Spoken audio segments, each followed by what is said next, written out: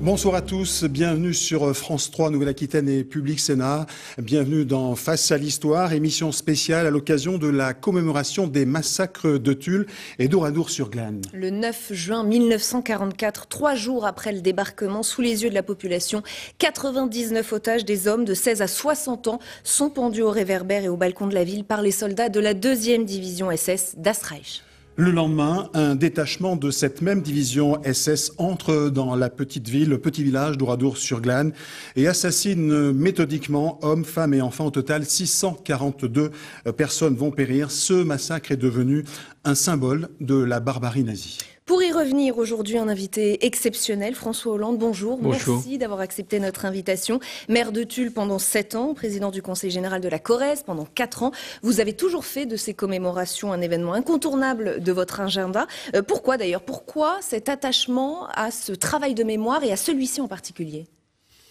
Parce que devenant député de la Corrèze et de la circonscription dans laquelle ce massacre avait eu lieu, Tulle, je le suis devenu en 1988, donc il y a plus de 30 ans.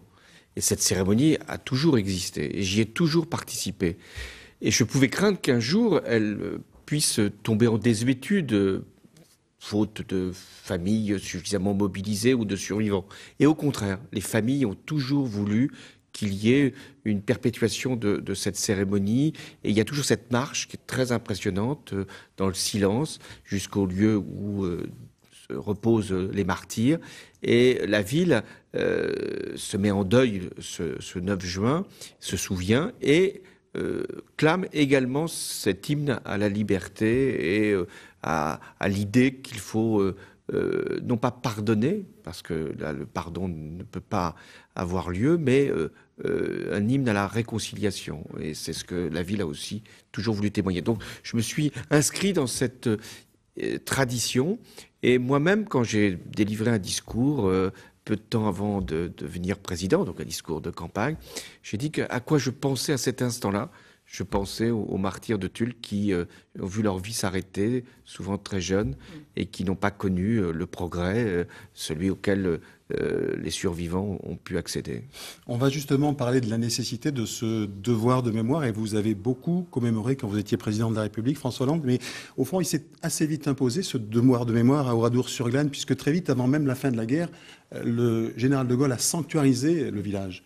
Oui, donc le drame se produit le 10 juin, la France n'est pas encore totalement libérée, et le général de Gaulle, qui entrera ensuite à Paris, et considère qu'il faut un geste qui puisse préserver la mémoire. Et quel plus grand geste pouvait-il accomplir que de dire et de faire que ce village martyr puisse rester, j'allais dire, intact. Il n'est pas intact puisqu'il a été brûlé, mais en l'état pour que les générations qui suivront puissent voir ce qu'une barbarie est capable de faire. Alors on va peut-être revoir des images de votre visite hautement symbolique, celle de 2013 à Oradour-sur-Glane avec votre homologue allemand Joachim Gauck. C'était la première fois qu'un officiel allemand assistait à ces cérémonies. Qu'est-ce que ça a représenté pour vous? Qu'est-ce que ce moment a représenté? L'image justement de cette réconciliation, alors là pour le coup entre Oradour et l'Allemagne? Des présidents de la République française qui sont venus à Oradour, chacun l'a fait. Qu'un président de la République fédérale allemande vienne à Oradour, c'était la première fois. J'en avais parlé à Angela Merkel, elle y était prête, mais elle souhaitait que le geste soit encore plus symbolique et que ce soit les deux présidents qui se rendent sur place à Oradour, ce qui fut fait. Et j'ai vu cet homme, président de son État, mais homme d'abord, connaître une émotion indescriptible quand il était dans ces ruines et dans cette église. Et quand Robert Ebras, dernier témoin vivant, racontait ce qu'il avait vu de ses propres yeux, il avait le fardeau de, sans doute, ce qui avait été commis par les Allemands, et pas seulement les Allemands à cette époque, mais il est clair qu'il voulait, et c'était notre intention commune, porter là un geste qui était celui de donner à la France une émotion partagée. Oui. Et c'est ce que nous avons eu. Au-delà de la valeur du symbole, François Hollande, il y avait aussi cette réconciliation nécessaire entre les victimes, les associations de victimes et l'Allemagne. Peut-être que c'était le moment aussi et que ce geste-là a concouru à ce que, au fond, ça pacifie un peu. Oui, parce que ça a été long.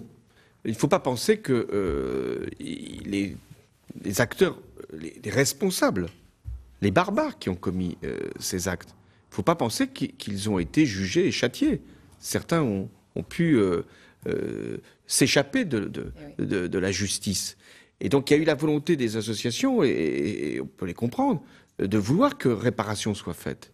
Donc ça a été long pour rétablir le lien entre Oradour, Limoges, les villes concernées, Tulle pour la Corrèze. Ça a été long pour qu'il y ait ce travail de mémoire commun et puis surtout cette réconciliation. Mais ça a été fait. Et donc le dernier acte, c'est la visite du président Gauck dans les ruines d'Oradour. Mais puisqu'on parle de l'Allemagne, il se trouve qu'Angela Merkel n'a pas été conviée, vous l'avez vu comme nous, aux commémorations du débarquement cette semaine. Pour les 70 ans, avec vous, Angela Merkel était là. Pour les 60 ans, en 2004, Gerhard Schröder était là, convié par Jacques Chirac. Qu'est-ce que ça vous a inspiré? Qu'est-ce que vous en avez pensé? Oui, moi j'avais voulu, pour le 70e anniversaire, qu'il y ait tous les représentants des pays qui étaient en conflit à ce moment-là. Impliqués, d'une manière ou d'une autre. Voilà. Je voulais, par exemple, que, bien sûr, l'Allemagne puisse être présente, et vous l'avez rappelé, d'autres chanceliers étaient venus avant Madame Merkel, mais je voulais aussi que la Russie puisse être présente. J'avais un différend très profond avec Vladimir Poutine, puisqu'il venait de commettre un acte inadmissible par rapport à l'Ukraine. Il n'était pas là non plus cette fois. Hein. Mais moi, j'avais voulu qu'il y vienne, non pas parce que c'était Vladimir Poutine, mais parce que la Russie a joué un rôle déterminant pour nous permettre de nous libérer de la barbarie nazie. Et s'il y a eu le débarquement, c'est parce qu'il y a eu aussi, sur le front de l'Est, des victoires que les Russes ont obtenues sur... Et Vladimir Poutine l'a bien redit cette semaine, d'ailleurs. Oui, de ce point de vue-là, l'histoire allait dans son sens pour cette époque. Je ne suis pas sûr que ce soit vrai pour le présent, mais à l'époque, c'était les Alliés. Donc moi, je pense qu'une cérémonie comme celle-là, bon, chacun peut choisir de donner un éclairage. Là, c'était essentiellement sur les Alliés que cet éclairage a été donné, et donc la présence notamment de Donald Trump. Alors vous étiez maire de Tulle, François Hollande, et au fond, dans la mémoire collective, on parle très peu de Tulle par rapport à Oradour sur Glane. Est-ce que c'est, comme vous l'expliquez, est-ce que c'est injuste pour vous? Non, je ne suis jamais placé dans cette comparaison. Mais il y a deux actes terribles, d'une barbarie inouïe. Rassembler des jeunes d'une ville, des otages, et les pendre méthodiquement au balcon devant leur propre famille, c'est d'une horreur absolue. Longtemps, la justification, si tant est qu'il pouvait en être possible, qu'il était possible d'utiliser ce mot, c'était un acte de guerre. Non, ce n'était pas un acte de guerre, c'était un acte de représailles, mais de représailles qui allait au-delà de ce que justement le droit de la guerre peut appeler. Donc ça a été une barbarie, une horreur, mais il se trouve que le lendemain, il y a eu Oradour. Et Oradour, c'est la pollution de tout un village, femmes, hommes, enfants qui a été décimé. Et donc Tulle, bien sûr, a toujours veillé à porter le travail de mémoire, mais Oradour a tout emporté à ce moment-là, tellement là, il y avait eu un acte qui était fait pour ça, pour impressionner, pour terroriser la population. C'est pour ça que je suis toujours d'accord pour qu'on rapproche les deux lieux. Et on doit même y associer d'autres villes, parce que la division d'Agrach a continué son travail de destruction, de barbarie, dans d'autres communes, comme Argenton-sur-Creuse, dont on parle aussi assez peu. Et donc c'est toute la route qui a été ainsi marquée et ensanglantée. Vous avez vous-même, durant votre mandat, connu la barbarie en tant que président, celle des attentats de 2015, janvier, puis novembre, puis juillet. Le terrorisme islamiste a frappé le pays. Là aussi, un travail de mémoire est en train de commencer. Un musée mémorial aux victimes du terrorisme va bientôt voir le jour. Vous y êtes favorable, toujours, pour ce devoir de mémoire ? D'une histoire plus récente, mais d'une histoire... Oui, les associations des familles qui portent la mémoire y sont favorables. Et la question, c'était de savoir quelle était la date que l'on prenait pour commencer à considérer ces victimes du terrorisme, sans savoir combien de temps, hélas, nous allons être confrontés à ce mal absolu. La date et le lieu, d'ailleurs. Et le lieu. Donc je pense que c'est très important qu'un musée soit érigé, mais faut aussi y apporter tout un accompagnement. Un musée ne suffit pas. Des plaques ou des souvenirs sont tout à fait nécessaires. Mais ce qu'il faut, c'est éclairer le visiteur sur ce qu'est le terrorisme. Comment il s'installe, comment il se reproduit, quelles sont les causes qui font que nous pouvons encore vivre ce type de menace. Alors comment ? Et ça suppose beaucoup de travail des historiens et beaucoup d'explications avec le souci toujours d'éviter la stigmatisation par rapport à des populations qui n'ont rien à voir avec le terrorisme. Alors, j'ai compté, quand vous étiez président de la République, François Hollande, vous avez participé à 20 commémorations en 18 mois. Vous étiez le président des commémorations, en tous les cas, vous avez incarné ces commémorations. Oui, il se trouve que je l'ai fait parce que dans la période qui était la mienne, le quinquennat, il y avait le centenaire de la Première Guerre mondiale et il y avait le 70e anniversaire du débarquement et de la libération.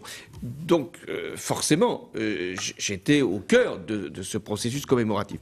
Mais ce que j'ai voulu en faire, parce que c'est ça qui comptait, compte tenu de cette actualité, qui était déjà très meurtrière, en Syrie, en Irak, et ce que l'on allait vivre sur notre propre sol, ce que j'ai voulu en faire, c'est justement un moyen, un instrument pour, bien sûr, partir de l'histoire et de la mémoire que nous devions transmettre pour appréhender ce que nous avions justement devant nous comme menace et comme horreur.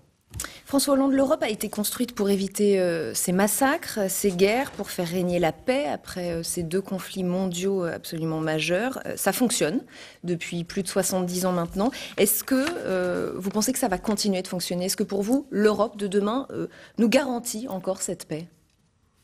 Oui, je pense que la paix sur le continent européen est pour longtemps garantie. Je ne dis pas pour toujours, c'est jamais.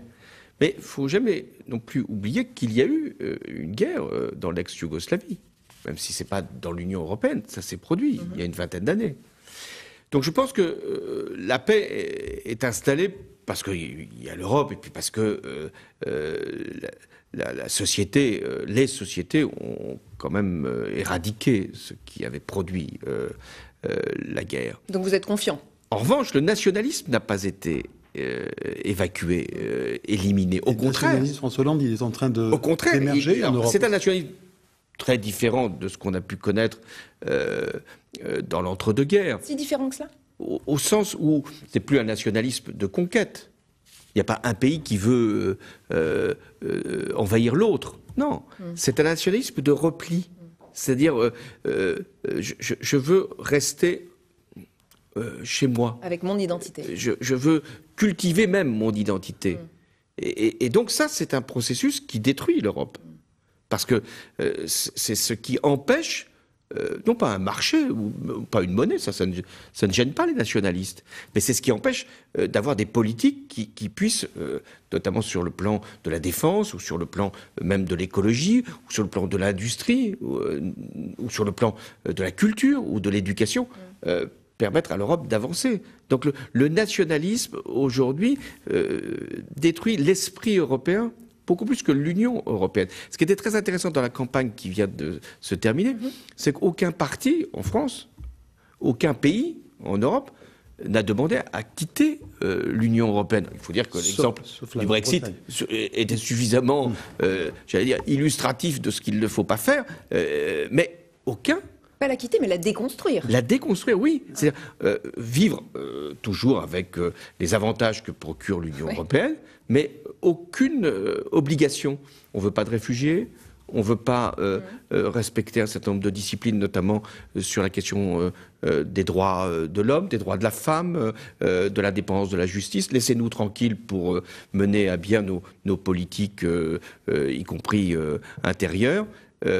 Et puis si vous nous posez des obligations en matière énergétique, nous ne les accepterons pas. Donc c'est ça le risque. C'est-à-dire une Europe où chaque pays vit apparemment dans la même maison, mais dans des chambres séparées. C'est quand même une Europe qui déçoit, François Hollande. De ce point de vue, c'est un risque très sérieux. C'est pour ça que moi, je plaide depuis maintenant plusieurs années, mais encore davantage aujourd'hui, pour que dans cette Europe à 27, il puisse y avoir quelques pays qui avancent avec ensemble, sur un projet commun. Une volonté, une rapidité plus grande qu'aujourd'hui, notamment sur les questions... Et on ne fait pas rentrer de nouveaux pays À la limite, on peut faire rentrer de nouveaux pays à la condition qu'il y ait cette Europe qui puisse avancer, elle, beaucoup plus rapidement à quelques pays, et notamment la France et l'Allemagne.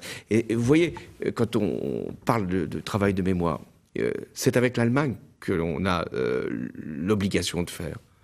Et pourtant, les relations se tendent. Et les relations se tendent. Et ça, c'est toujours un problème quand il y a une discordance entre la France et l'Allemagne. Ça peut arriver, il y a des sujets qui nous opposent. Moi-même, je n'avais pas la même conception de la politique économique que Mme Merkel. Mais il y avait cette idée que nous devions faire ensemble. Et si la France et l'Allemagne, précisément parce qu'il y a l'histoire, aussi parce que nous sommes voisins, aussi parce que nous sommes les deux plus grands pays, si nous ne marchons plus au même rythme et avec la même destinée, alors l'Europe peut se diluer. Donc vous le dites vous-même, finalement, entre ces nationalismes, certes, qui ne sont pas impérialistes, mais qui prônent le repli sur soi, un couple franco-allemand fragilisé, l'Europe est-elle en danger ? Je vous dis, elle n'est pas en danger au sens de la dislocation. Personne ne veut partir.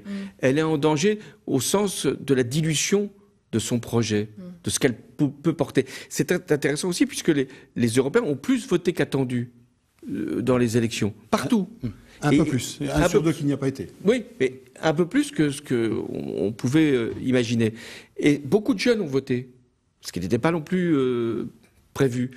Et ça prouve qu'il y a encore une flamme européenne au sens peut-être de la lutte, si je peux m'exprimer ainsi, contre le réchauffement climatique, puisque c'était une aspiration forte, mais aussi l'idée qu'il faut lutter contre le nationalisme et l'idée que l'Europe, dans le monde tel qu'il est, avec les puissances, avec l'Amérique qui maintenant joue clairement l'affrontement, avec la Chine qui veut maintenant être une puissance à tous les sens du terme, avec la Russie qui, sur le plan militaire, a des intentions.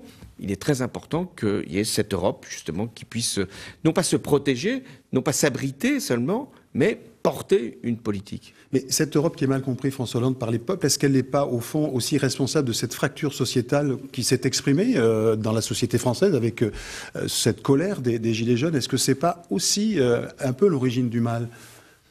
Non, ne laissons pas penser que c'est à cause de l'Europe qu'il y a des Gilets jaunes qui non, je n'ai pas dit ça. Je veux simplement qu'elle n'est pas très bien comprise. Envahit les ronds-points. Oui, mais l'Europe, elle est regardée comme étant, voilà, comme étant seulement un marché, une monnaie, ce qui est nécessaire, et assure une sécurité, une stabilité, mais elle n'est plus portée comme une destinée commune. Elle n'est plus portée comme un engagement qui nous unirait tous. Peut-être parce qu'elle est trop grande, hein, à 27 pays, c'est plus difficile. Mais peut-être trop sévère, pardonnez-moi, mais parfois Bruxelles trop, vient bien de sûr, penser l'Italie pour un déficit excessif, ce qui se justifie sur le plan économique, on est bien d'accord, mais qui donne une certaine image d'une Europe sévère face au peuple. Mais c'est pas face au peuple, c'est face à un gouvernement qui ne veut pas respecter ses engagements. C'est bien légitime. On a une même monnaie. Parce qu'il redistribue beaucoup à sa population. Pas sûr qu'il redistribue comme les Italiens le voudraient. Mais enfin, en tout cas, moi je ne pense pas qu'on puisse reprocher simplement cette déconnexion. Si, on la mesure tous les jours, aussi par rapport à la mondialisation. Mais c'est pas tellement par rapport à ce que l'Europe fait que les peuples se révoltent. C'est par rapport à ce qu'elle ne fait pas.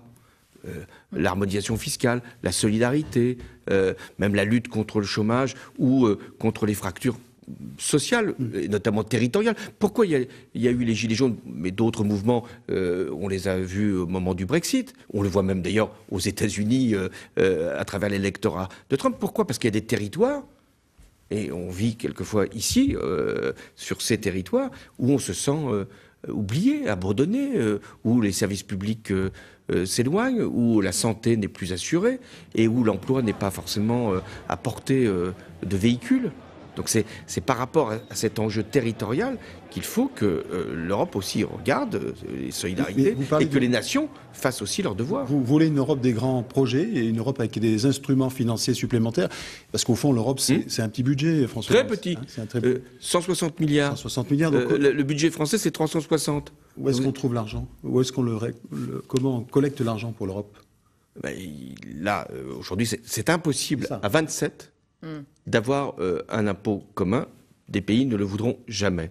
C'est pour ça que je reviens à cette idée de quelques pays qui pourraient, par exemple, sur les taxes sur la pollution, les taxes sur les transactions financières, relever un certain nombre de ressources et les mettre justement au bénéfice de la lutte contre le réchauffement ou de la lutte contre les inégalités territoriales. Être un moteur pour cela? Elle doit l'être, un moteur. Je vous l'ai dit, si la France et l'Allemagne ne se mettent pas d'accord sur cette perspective-là, l'Europe s'arrêtera.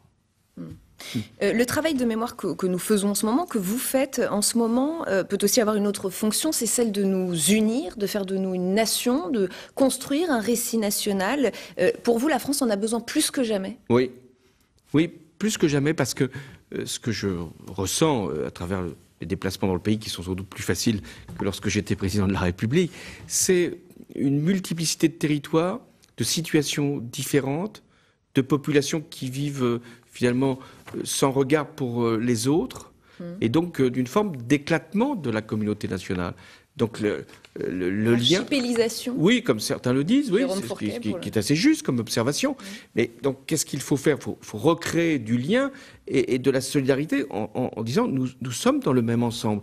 Et qu'est-ce qui unit un village de Haute-Vienne, d'un quartier de Seine-Saint-Denis, d'une grande ville métropolitaine comme Bordeaux? Qu'est-ce qui nous unit? Sûrement des idées, des principes, mais il doit y avoir davantage que cela, c'est-à-dire une projection, une idée d'avenir. Et ça suppose qu'il y ait un certain nombre de politiques qui soient regardées comme au bénéfice de tous. Or, quand la politique n'est pas regardée au bénéfice de tous, eh bien, il y a de la rupture.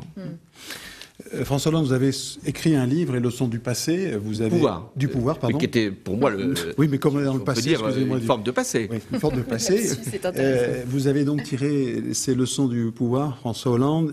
Est-ce que vous avez, au fond, fait votre autocritique sur la situation même du Parti socialiste aujourd'hui? Je n'étais pas responsable du Parti socialiste dans la période où j'étais aux responsabilités du pays, mais je pense que la gauche, aujourd'hui, dans la situation... Les gauches, peut-être. Oui, enfin, il y a des gauches, mais il y a une gauche à proposer. Vous êtes toujours au Parti socialiste? Oui, mais elle est devant une responsabilité très importante. Est-ce que cette idée... que le socialisme a porté, la social-démocratie, qui d'ailleurs existe en Europe, a encore un avenir? Ou est-ce qu'elle va s'effacer? Je ne le crois pas. Et même par rapport à la question environnementale, écologique, qui a pris légitimement sa place, et je suis bien placé pour le savoir à travers le travail que nous avons mené avec la COP 21, eh bien, ce sont ces politiques-là qui doivent être mises en place, mais au nom de la justice sociale, au nom du développement économique qui n'est pas simplement la seule croissance, mais qui doit être quand même autour de l'emploi.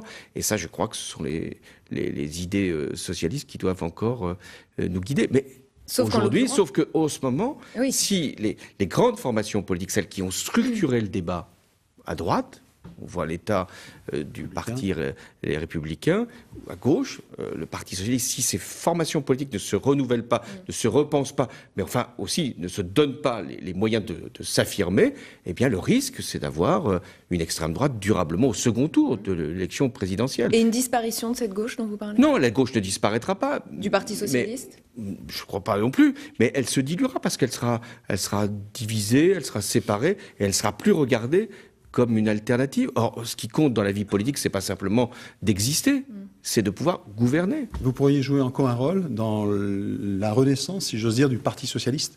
Non, pas le Parti socialiste, il a ses dirigeants. Moi, ce qui compte dans la situation où je suis, d'avoir gouverné, présidé le pays, c'est d'apporter mes idées, de montrer qu'il y a pour la social-démocratie, le socialisme, une place en Europe et même dans le monde, et d'y contribuer. Donc j'essaierai à la place qui est la mienne, c'est-à-dire la place que je définis, puisque je n'ai pas de statut particulier, donc de pouvoir fournir en idées, en propositions, ce que je pense juste pour mon pays. Mais la survie d'un parti passe aussi par l'incarnation. Oui. On comprend bien que là, cette gauche est morcelée, qu'elle ne trouve pas de leader, un seul leader. Ça doit aussi passer par là. Oui, vous savez, la politique, c'est d'abord une pensée. Si on n'a pas de proposition, à quoi ça sert d'avoir une incarnation? C'est une stratégie, quelles alliances, comment on regroupe, comment on rassemble. Et c'est une personne, à un moment, pour la porter. Et elle existe, cette personne? Elle doit exister. Oui, mais vous avez une petite idée? Vous la verrez. Sans doute, on la verra apparaître, cette personne, parce que à mesure qu'on se rapprochera de l'élection présidentielle, mais faut-il encore que cette personne puisse s'appuyer sur des idées et une organisation. Moi, je pense au rôle des partis politiques. Je ne suis pas du tout dans l'idée que tout ça doit disparaître, qu'il suffirait d'être sur des plateformes, d'avoir des réseaux sociaux pour, à un moment, structurer le débat politique. Il faut qu'il y ait des clivages, il faut qu'il y ait des débats, il faut qu'il y ait des idées qui soient en confrontation, et il faut qu'il y ait des forces qui peuvent les représenter. C'est pas du tout l'histoire, c'est pas ce qu'on appelle le vieux monde, non, c'est la démocratie. Ça s'appelle la démocratie. Et le nouveau monde, celui de Macron, vous pensez qu'il va pas durer? Vous pensez que le macronisme, c'est juste un effet de mode? Non, ça va être un parti donc qui va ressembler à ce qu'on a toujours connu, c'est-à-dire, vous voyez bien, on appelle des personnalités politiques plutôt de droite d'ailleurs à rejoindre, donc j'imagine qu'ils veulent faire eux aussi un parti, mais c'est bien légitime. Ça va au-delà même de la personne du président de la République. La démocratie, ce sont des partis. Il ne faudrait pas que la gauche oublie de pouvoir servir aussi les Français par cet instrument. Je prolonge un tout petit peu la question de Pascal. En mars dernier, vous disiez, en référence à l'action d'Emmanuel Macron, à vouloir tout bousculer, tout s'est arrêté. Finalement, rien ne s'est arrêté et au contraire, le macronisme s'installe dans le paysage politique. Non, c'est pas ça que je voulais dire. Nous verrons bien. Non, ce que je disais, c'est que on voit bien que aller vite, quelquefois, bousculer, à un moment, vous êtes obligé de faire une pause parce qu'il y a des manifestations, parce qu'il y a des conflits, parce qu'à un moment, il faut faire des grands débats et que le pays, à ce moment-là, doit être en suspension. C'est ce que nous avons vécu. Merci François Hollande, merci d'avoir été notre invité dans Face à l'Histoire. Fin de cette émission spéciale, merci à tous de nous avoir suivis. On se retrouve très bientôt sur France 3 Nouvelle-Aquitaine et sur Public Sénat.